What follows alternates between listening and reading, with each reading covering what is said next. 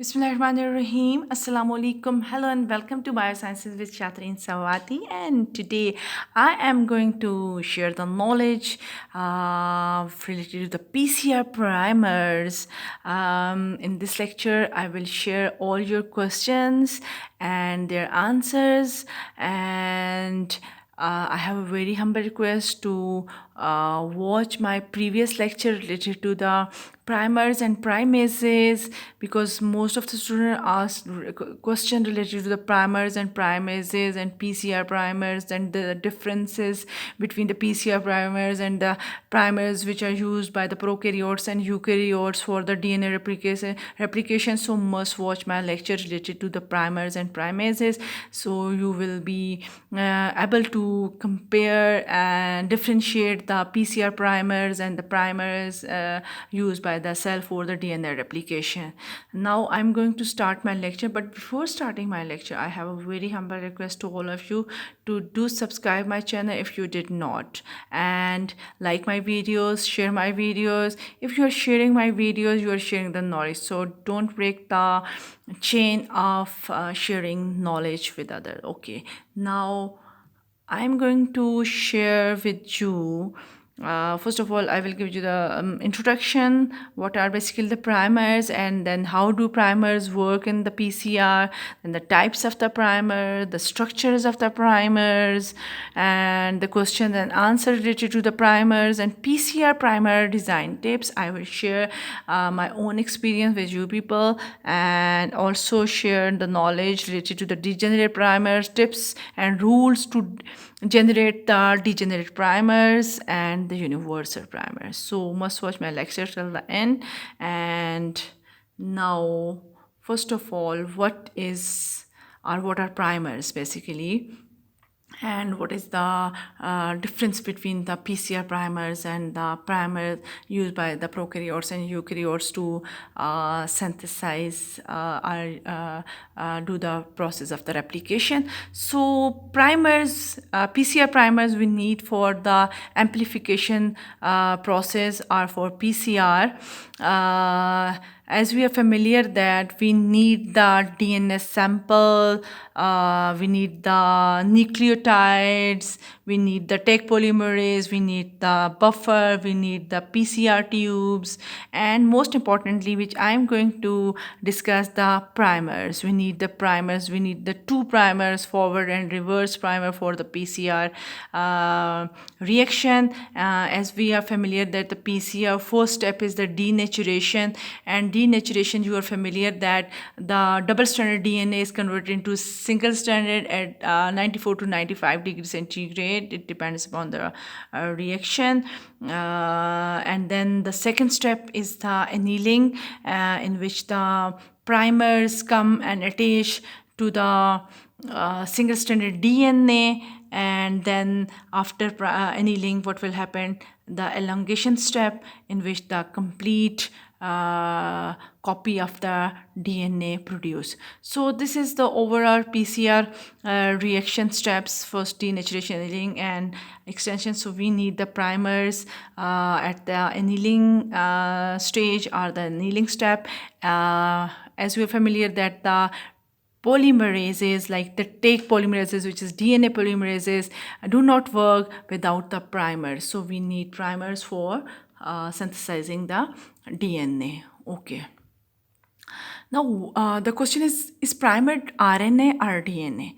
As I have discussed that the primers which are used by the prokaryotic and eukaryotic cells, which are synthesized by the primases, are the short pieces of the short segments of the RNA.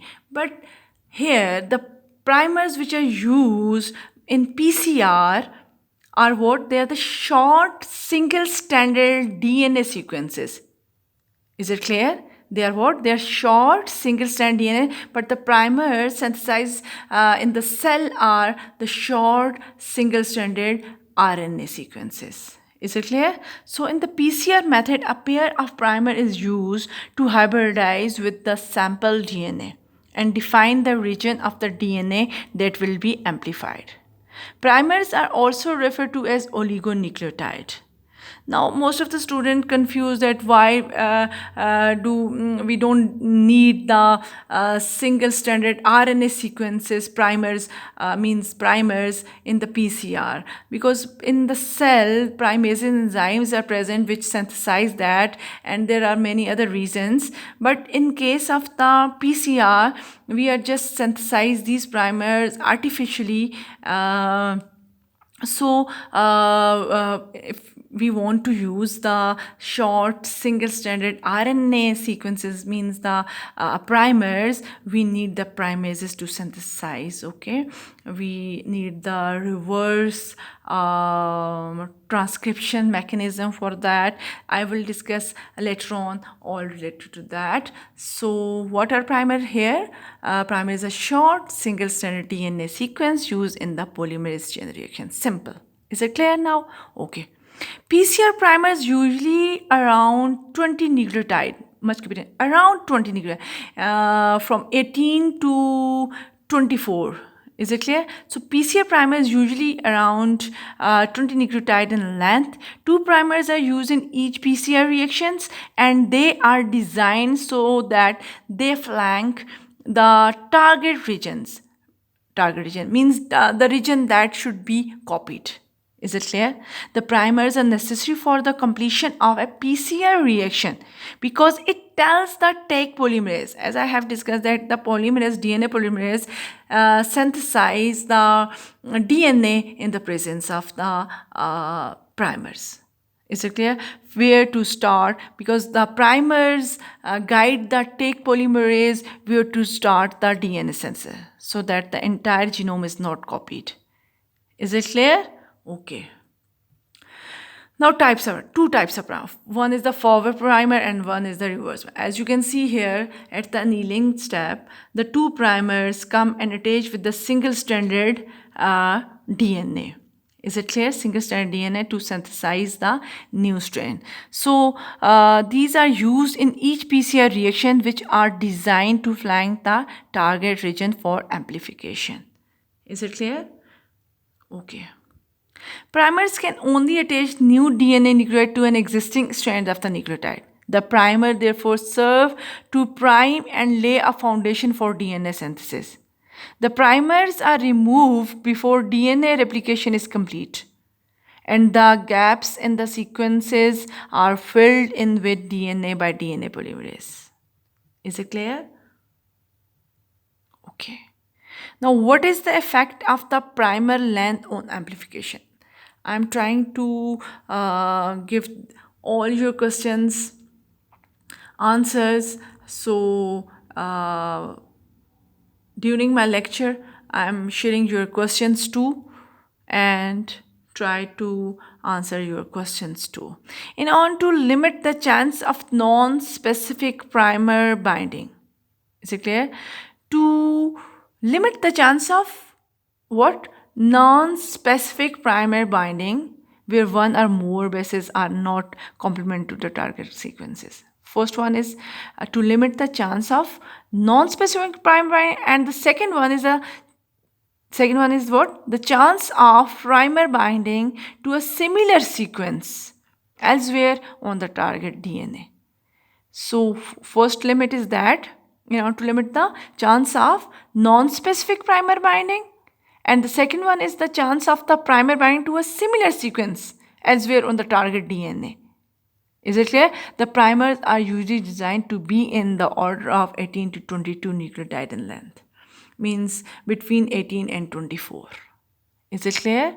So what two thing must keep in your mind in order to limit the chance of non-specific primer binding, and the second one is the chance of the primer binding to a similar sequences, because there are many sequences in the genome to whom that primer will be complementary and attached to that. So in order to avoid all these, the primers must be in order of 18 to 22 nucleotide in length, means between 18 and 24. Okay. The position of the primers along the single-stranded DNA strand define the total length of the PCR amplification product generated. Is it clear? The primer designed to yield relatively short PCR amplification product, around 100 to 200 nucleotides, generate products amplimers more efficiently than the primer designed to yield relatively long PCR amplification product, means 3000 to 5000. However, using specifically adopted long and accurate PCR protocol, the amplification of the fragments up to 40 kilobas pair in length is feasible. Is it clear? Okay. Now I hope so the lecture and your questions will be clear upon you people. Okay. Now I am sharing some questions which I got from students. First, what is the function of the primer? I have discussed in detail. The function of the primer is to guide the tech polymerase to synthesize the DNA. So you can see, you can get the answer from this slide. Okay, where do primers attach in PCR? I got this question many times. The forward primers must keep it in your mind, attached to the short codon of the template DNA, means the antisense strand. Is okay? You are familiar that the one strand is sense strand and the other sense is NS. So forward primers attached to the start codon of the antisense strand, while the reverse primer attached to the stop codon of the complementary strand of the DNA, means the sense strand.